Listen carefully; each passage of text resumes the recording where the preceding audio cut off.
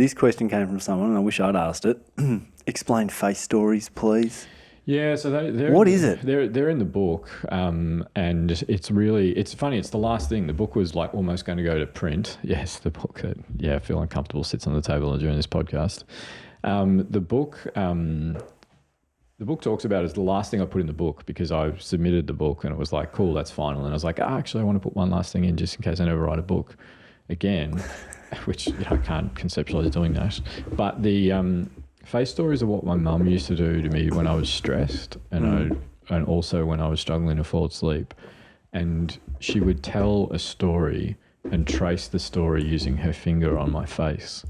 So like my nose would be a mountain, my eyes would be pools, my hair would be a forest. And so to be a story about like a little boy and a little girl going on an adventure. Being brave, crossing the mountain, going into the... and so they'd be walking ice like sockets. and really gently, lightly touching across my face and tracing their journey. So it's a soothing thing. Yeah, it's beautiful. So probably best done at bedtime if you wanted to have your first crack at it. Yeah. It's a beautiful thing. There's all different things you can do like that. Like Evie will sometimes ask for a face story. Sometimes she asks for like letters on her back. And so we'll go through the alphabet and I'll have a different like name for every, or a different word for every letter, like just tracing all of those things. And what I'm trying to do is mindfulness. I'm trying to get her to connect with the moment and using touch in a way that's almost therapeutic about stress and finding calm.